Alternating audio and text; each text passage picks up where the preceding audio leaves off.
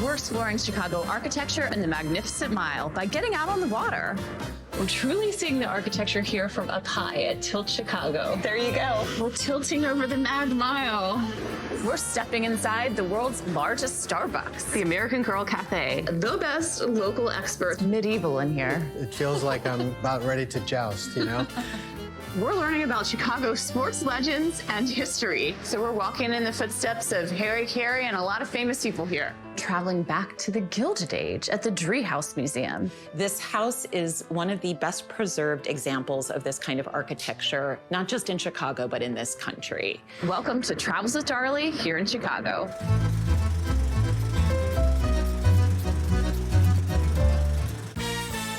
We're exploring Chicago's great architecture, history, and modern culture along the Magnificent Mile, a 13-block stretch of Michigan Avenue running from the banks of the Chicago River to Oak Street.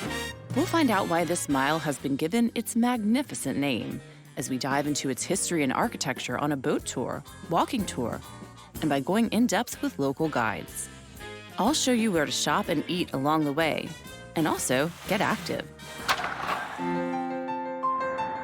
A great introduction to Chicago history and architecture is a stop at the Chicago Architecture Center, overlooking the Chicago River across the bridge from the north end of the Magnificent Mile. Adam Rubin guides me through the center.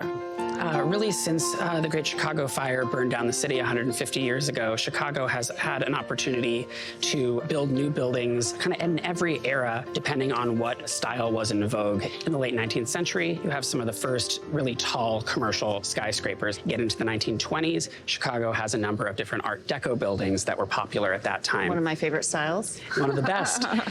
Once you get after World War II, Chicago really becomes the hub of the international style, which is kind of one section of modernism that takes over the world. And really since then, through the postmodern era and contemporary era, Chicago is always building new buildings and always innovating in the world of architecture. As I walk out and head down the Magnificent Mile, what buildings should I make sure to look for? So looking directly out the windows behind me are two of the icons of Chicago architecture. You've got the Wrigley building, which is this big white terracotta building in a revival style. And across the street from that, you have the Tribune Tower, which is of course where the Chicago Tribune was based out of. Kind of looks a little bit like a Gothic church, but mixed in with a 1920s office building. But these are kind of like two brother and sister buildings having a conversation with each other, really framing the Magnificent Mile. The Riverwalk is a great place to meander, to check out these iconic skyscrapers, the wonderful buildings, Chicago's architecture, but a very popular way is also to get out on the water. We're heading out on a boat tour. That building on the left-hand side actually is one of the most... Docents narrate these 90-minute tours run by the Chicago Architecture Center aboard Chicago's First Lady fleet. If you see through the gap, you will see Sears Tower. We see iconic Chicago skyscrapers and cruise through residential areas where there are buildings showcasing examples of adaptive reuse.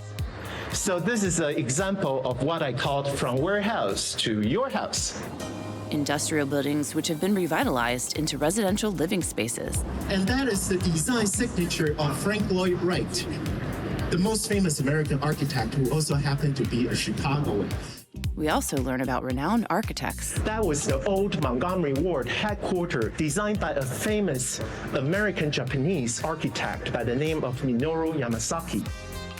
And see areas of the city from a unique vantage point. Further along the Magnificent Mile, we're having an iconic lunch, Chicago deep dish pizza. Now, where to have the best is definitely a controversy.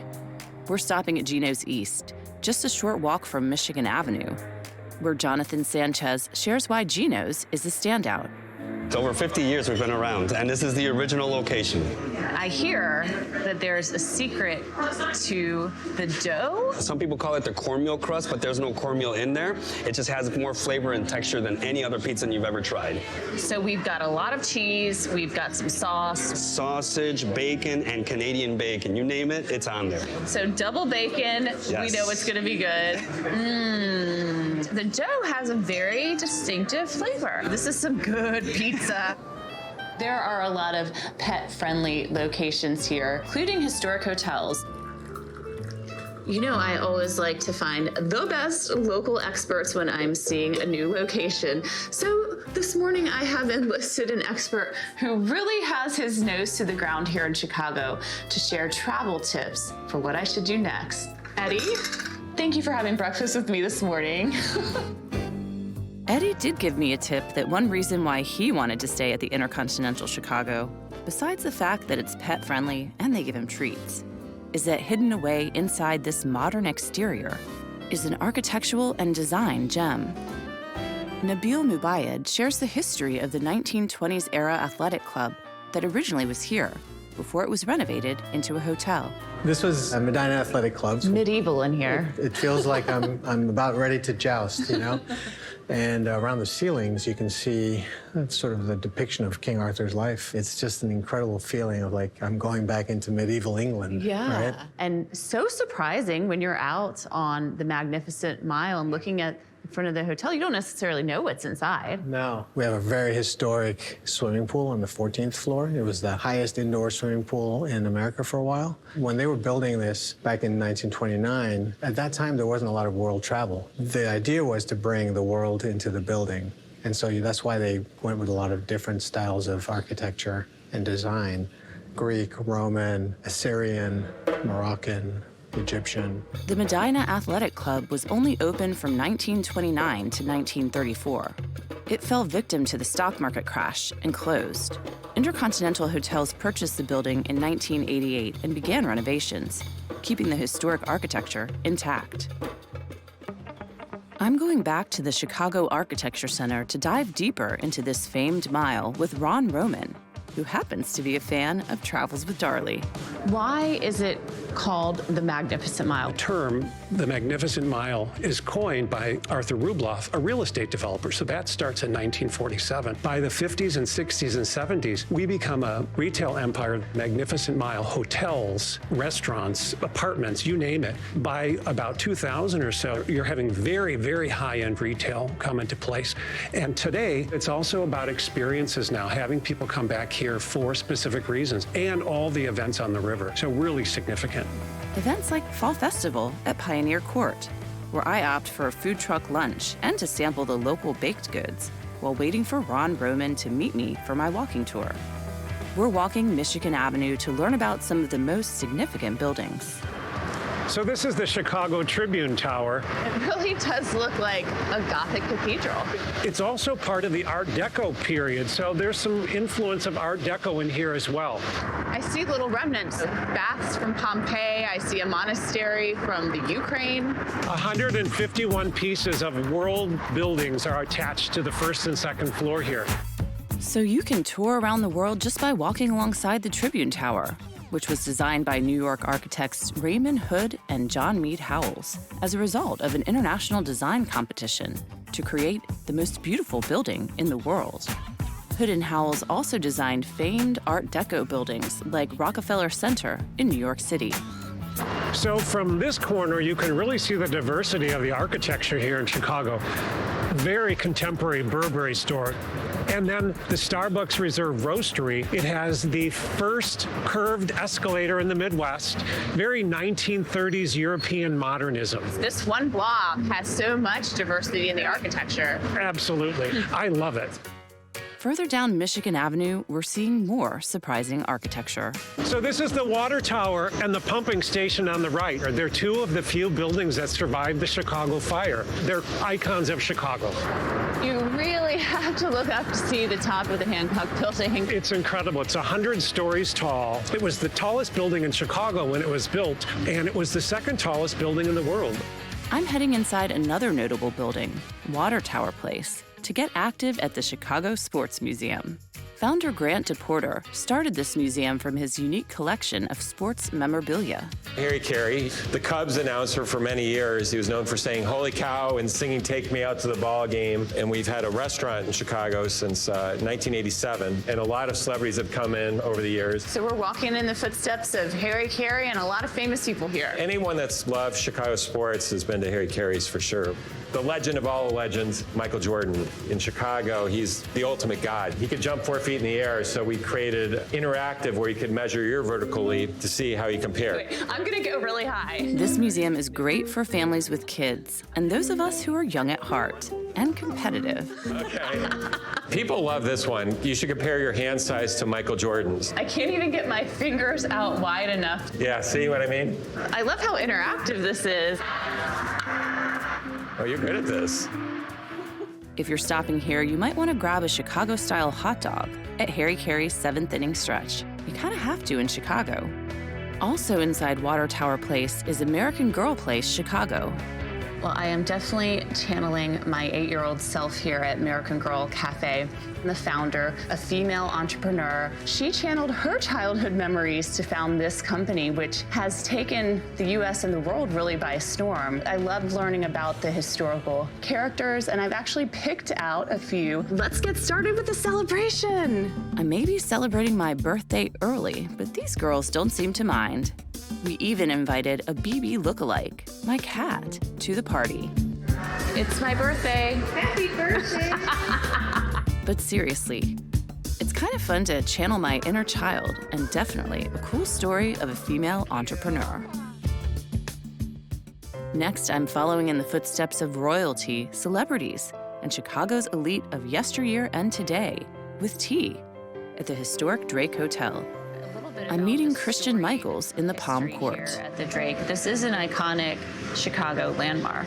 The property was built in 1920s. It was designed by architect Benjamin Marshall. When the hotel was built, was nothing around. All the way to the lake and surrounding was nothing around. Imagine, all the social elite of Chicago was right here. And since then, the city has grown and surrounded the Drake Hotel. It feels very high tea. Yes. Christian invites me to peek into the Princess Diana suite at the Drake, where the princess stayed in 1996. Popular now for today's brides, this 1,500 square foot suite feels like an opulent home, complete with Lake Michigan views. You say ice cream, I say I'm there. Just a few blocks from the Drake, I'm indulging in the ice cream cart experience at the Four Seasons. Bryce Ford shares this family-friendly activity on offer, complete with a princess tent. So you can have this ice cream cart delivered to your room and choose whatever you want for whatever you want. A deluxe sundae. Yes. This is a child's dream, but as an adult who loves ice cream, it's mine as well. Y'all got that child inside us that wants a little ice cream. Here's your ice cream. This looks really good. A Gilded Age mansion and a historic surgical auditorium steps away from the Magnificent Mile? You've got that right. Julie Truman is walking us through the Dree House Museum, starting in the Murphy Auditorium. What many people think when they walk in here is like, oh, it looks like a church. It was modeled after a French church in Paris that was built at the late 19th century. They were so inspired by its design that they decided, like, hey, let's bring this to Chicago. So it's very glam. Constructed over a 3-year period, starting in 1923 by the American College of Surgeons, this French Renaissance auditorium served as a lecture hall and meeting space. We particularly love this stained glass window here. If you look closely, you're used to seeing in a church, biblical scenes. These are all scenes that relate to the world of medical science. It is quite ornate. It is very, very ornate. Architecture was really starting to change, and in Chicago, you've probably seen all the modernist architecture was being built in the city at the same time people were still thinking about this kind of historical style. The building serves as a memorial to Dr. John Benjamin Murphy, a founding member of the American College of Surgeons, credited for many accomplishments, including performing a life-saving surgery on President Theodore Roosevelt in 1912. Julie and I continue to another part of the Dree House Museum, the historic home of a wealthy Chicago banker Samuel Nickerson. So this is the former parlor of the Nickersons, who had this house built in 1883. It was the height of what is called the aesthetic movement, which basically celebrated art for art's sake. Everywhere you look, you see something beautiful. It really was a whole philosophical movement about bringing beauty inside at a time when the Industrial Revolution was making everything kind of machine-made and sort of robotic. They really wanted to create these places that were oases of beauty for the people who lived here. This house is one of the best preserved examples of this kind of architecture, not just in Chicago, but in this country. Travelers seeking to find world-renowned brands and luxury stores will definitely find them on the Magnificent Mile. And those seeking to find local Chicago brands may want to stop in the shops at Northbridge. If you're walking in from Michigan Avenue off the Magnificent Mile, you might be delightfully surprised to see these amazing Chicago brands that you can't find anywhere else. And that's what makes it really special. Stephanie Turin recommends I meet entrepreneur Alexandra Marks, a fourth generation in the family jewelry business. So my great-grandfather started a jewelry chain in 1895 right on State Street. So jewelry is definitely in your blood. It's all I know. At Alexandra Marks, you can create a custom bracelet with the charm of your choice. Do you have anything that would have a Chicago theme? We do, actually. We have a custom-designed Chicago flag charm. It's so delicate. It is. It really is. It takes like 2 seconds and it's done. I have a little piece of Chicago on my wrist now. There's also a flagship Nordstrom, also a family-run company, inside.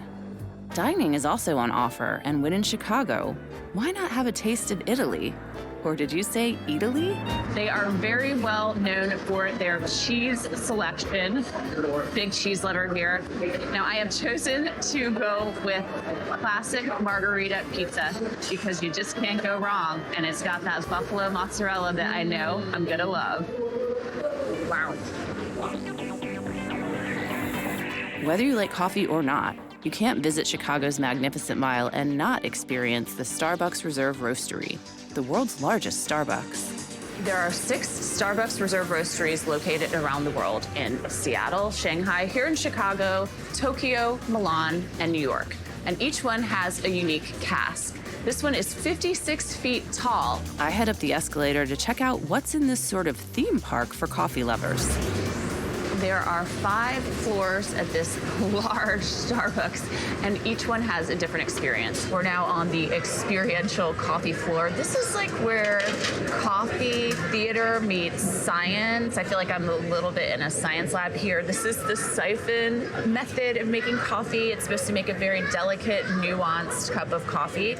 It smells really good. This might be the freshest cup of coffee that I've ever had. It has hints of jam and honeycomb. It has a sweetness all to itself. Kind of sweet, like the city of Chicago. Up another level, and we're in espresso martini territory.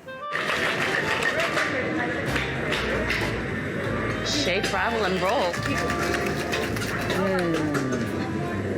That's really good. If I thought the Starbucks Reserve Roastery was theatrical, I hadn't yet gotten to Casa Chi, where I'm dining with John Crescenzio. We'll light on fire. This is our Sakura Mora. Also our scallop dish, which we torch tableside. And that's where we brought all the kind of earthy tones of fire and earth with the hot stone, combining the Peruvian Nikkei flavors. So if you're out on the Magnificent Mile, you're feeling a little chilly, you come in here and you get the Peruvian vibes, the tiki lounge vibes, and you can warm your fingers over the hot stone. It's a perfect way to start. I love it. I'm heading to the Museum of Ice Cream. I'm kind of heading there because I heard about this hot dog ice cream that I know I have to try. But being such an ice cream lover, I can't wait to truly dive in. And I do, even naming my own ice cream as I slide inside. This museum truly takes you on an ice cream journey, and I'm beelining to the ice cream hot dog. Hey, there you go. This is so interesting. It's like a creamy hot dog. It is that salty, savory, sweet, but it really does taste like a hot dog. So whoever made this ice cream, they're on point with that. While you'll find ice cream at every turn inside the Museum of Ice Cream, there's also a bar. And why not end with an adult beverage, with a little cotton candy included? So what did I learn from this museum experience? There's something that traditional Chicago hot dogs are missing: ketchup, even ones made of ice cream. For a totally different view of Chicago architecture, I'm taking a sort of thrill ride with Nicole Benelkin at 360 Chicago for the Tilt experience. You are 1,000 feet above Michigan Avenue here in the world-famous former John Hancock Center, right? Now known as 875 North Michigan Avenue. And when you are on tilt, you are 30 degrees over the Magnificent Mile. So it is a good way to challenge yourself if you're trying to break that fear of heights. What did you think? Because you were one of the first, you were a guinea pig tester for tilt. We were guinea pigs. We were on it before it was signed off from by the city. Let's go. It is thrilling. After you, please. Are you ready for this? I'm ready. All right. Right out over the Magnificent Mile. Oh my gosh. You never get used to it, I have to say. Want a little bit more. Hold on tight. Oh my goodness. Okay. Oh, all right, there you go. Okay. I can see how this would be disconcerting. Yeah. We're tilting over the Mag Mile. As you start to hone in, you'll realize that you walked past that building, right? When you walked up Michigan Avenue. I'm definitely seeing things I didn't see before, just walking around. It looks quite different from up here. For a more chill view, head to the Cloud Bar post-tilting or pre if you need some liquid courage. I'm opening skating season at the Peninsula Hotel, where you can get up high to see architecture from a rooftop skating rink. Nothing says holiday season like ice skating. And we're doing it on a rooftop. The money brought in from the Sky Rink is donated to charity, so when you skate here, you're skating for a good cause. Post-skating, I'm warming up and cooling down at the Peninsula's chocolate bar. And this is the most popular, the chocolate hazelnut rocher. There's also a liquid nitrogen ice cream bar, complete with a plethora of toppings. There's more? Yeah. There's more over here. This is amazing. I'm in Chicago at a special time. It is the day of the Magnificent Mile Lights Festival and Parade. This kicks off the holiday season here in Chicago, and there's a lot of excitement in the air as I head down to Lights Festival Lane.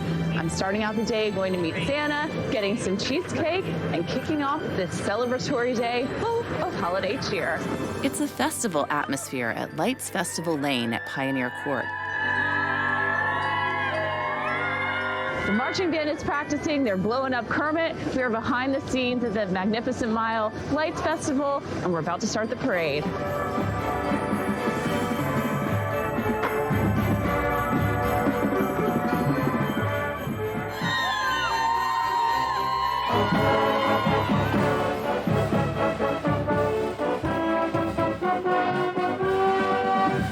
Parades, a marching band, and a million lights, not even counting mine, are going to be lighting up North Michigan Avenue very shortly as we kick off the Magnificent Mile Lights Festival.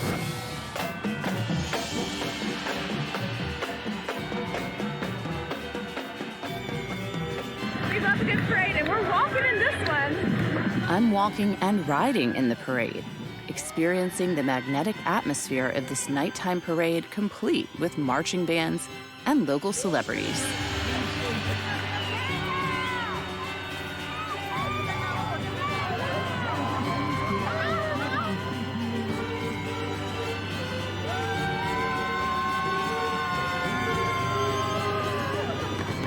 The parade ends with a spectacular display of fireworks.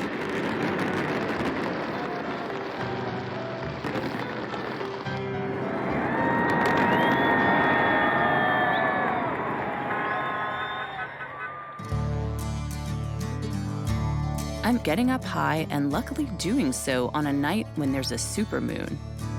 I head to 101 Sky Terrace, a rooftop bar with views of Michigan Avenue. From here, I see the dome of the Intercontinental, Water Tower Place, and wow, what a moon. It's a great place to reflect on my trip to Chicago, where a stroll along the Magnificent Mile brings a magnificent wealth of experiences. Where should I take them to dine? We're continuing our pet-friendly theme here. Ice cream. Who doesn't love ice cream? I know. When you look good, you feel good. So you're playing like Scottie Pippen with. See? I'm getting tiki vibes and island vibes here. Yeah. We share some common traits with our alma mater. Jeez. Go GW. Go GW.